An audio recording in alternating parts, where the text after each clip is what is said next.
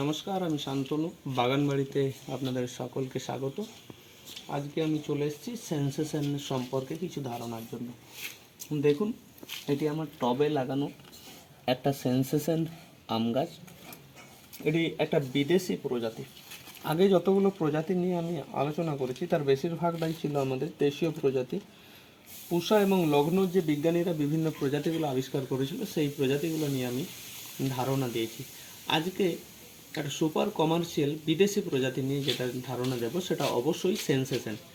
Sensation একটা dwarf প্রজাতি না হলেও এটাকে পুনিংয়ের মাধ্যমে ডোয়ার্ফ করা যেতে পারে। তো 1935 সালে উত্তর মায়ামির ফ্লোরিডায় এই গাছটা একটা বীজ বপন করেছিলেন। তো সেই বীজ বপনের পর এই যে এই গাছটা যদিও তখন নামকরণ সম্পর্কে ধারণা ছিল না, নামকরণটা অনেক পরে হয়েছে। 1949 সালে এর নামকরণ হয়েছে। 35 সালে বীজ বপনের পর 1941 সালে এই গাছ থেকে আম উৎপাদিত হয়। এবং এই শুরুর দিকে এই প্রজাতি কোন কোন প্রজাতির সংমিশ্রণে গঠিত সেটা সম্পর্কে কোনো ধারণাই ছিল না। তো 1935 পর 1941 ফল উৎপাদন, 1949 সালে সেন্সেসের নামকরণ করা হয়। 2005 সালে এই প্রজাতি ব্রুকস এবং হেডেন এই দুটো গাছের যে ক্রস, সেই ক্রসের মাধ্যমে সেন্সেশন উৎপাদিত হয়। তো এই যে প্রজাতি, এই প্রজাতিটা যদি আমরা লক্ষ্য করি যে বিভিন্ন দেশে উৎপাদিত হচ্ছে।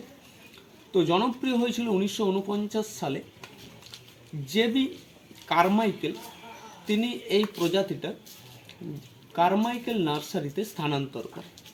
তো পেরিনের উত্তর ফ্লোরিডার যে পেরিনের কারমাইকেল, তো সেই কারমাইকেল নার্সারিতে জনপ্রিয় হওয়ার সাথে সাথে আমরা দেখি যে এই আমটাও যথেষ্ট জনপ্রিয়তা পায়। তো বর্তমান ভারতবর্ষের যে বিভিন্ন বিজ্ঞানীরা এই আম সম্পর্কে গবেষণা করছে, তো সেই আম সম্পর্কে গবেষণার ক্ষেত্রে আমাদের এই প্রজাতি যেটা বিদেশি সেন্সেশন প্রজাতি, সেই সেন্সেশন প্রজাতির ক্রস আমরা দেখতে পাচ্ছি যে সংগ্রহ করা হচ্ছে, তার মাধ্যমে উৎপাদন করা হচ্ছে। তো এই যে প্রজাতি, এই প্রজাতিটা একটা সুপার লেট ভ্যারাইটির প্রজাতি। এটা সেপ্টেম্বরের মাঝামাঝি থেকে শেষের দিকে এই আমটা পাকে এবং এই আমটা ডার্ক লাল রঙের হয়ে থাকে। এর পাশাপাশি আমরা দেখি এর মধ্যে হলদে রঙের যে স্তর, আমটার যে ছালটার উপরের দিকে যে পাকা অংশ আমরা দেখি, তো সেখানে লক্ষ্য করা যায় ভিতরের অংশটা হালকা ফাইবার আছে, সুগন্ধ এবং মিষ্টিযুক্ত। তো কড়া মিষ্টির সাথে না হলেও আমরা ইদানিং কী কারণে আমরা জানি না, তো দক্ষিণবঙ্গে এর টিএসএস কিন্তু যথেষ্ট বেশি।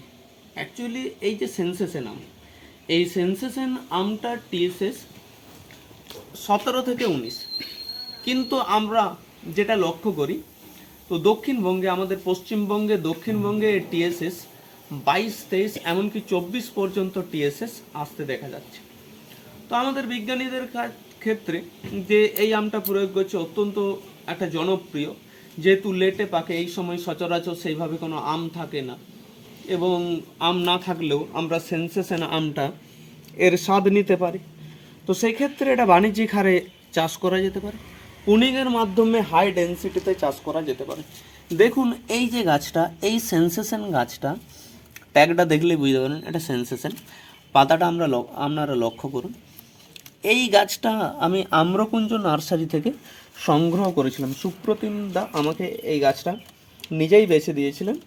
এবং দেখুন গাছটা বেশি দিনের নয়, প্রায় 5 সপ্তাহের মতো হবে আমি টবে লাগিয়েছি। তো পুনিংয়ের মাধ্যমে টবেও করা যেতে পারে, হাই ডেন্সিটিতে করা যেতে পারে। ভারতবর্ষের এখন বিভিন্ন রাজ্যে এই সেন্সেশন আমটার চাষ হচ্ছে। তো আমটা 1 পাউন্ডের কম ওজনের হয়, আমটা ডিম্বাকৃতির হয় এবং খেতে বেশ ভালো, হালকা ফাইবার আছে, ভিতরটা অনেকটা হলদেটে ভাব এবং ফাইবারযুক্ত। তার সাথে সাথে আমরা দেখি কালারফুল, ব্যাগিং করতে পারলে অতি অবশ্যই ভালো কালার আসে এবং এটাকে আমরা বাণিজ্যিক হারে চাষ করতে পারি। তো আপনাদেরকে আজকে আমি এই সেন্সেশন আম সম্পর্কে ধারণা দিলাম। অতি অবশ্যই আপনারা চারা সংগ্রহ করতে পারেন, যে কোনো প্রান্তে যে কোনো নার্সারি থেকে চারা সংগ্রহ করতে পারেন। কিন্তু এই চারা সংগ্রহ করার আগে কিন্তু আপনারা ভাববেন যেন অরিজিনাল চারা সংগ্রহ করেন, না হলে 2-3 বছর লাগানোর পরে দেখলেন যে সেন্সেশন হলো না, সেক্ষেত্রে আপনার ওই 2-3টা বছর নষ্ট হবে। তাই চারা যেখান থেকে খুশি সংগ্রহ করুন, চারা সংগ্রহের সময় আপনারা খেয়াল করবেন যে যেন অরিজিনাল গাছ হয়। তো আপনাদের সকলকে অবশ্যই ধন্যবাদ।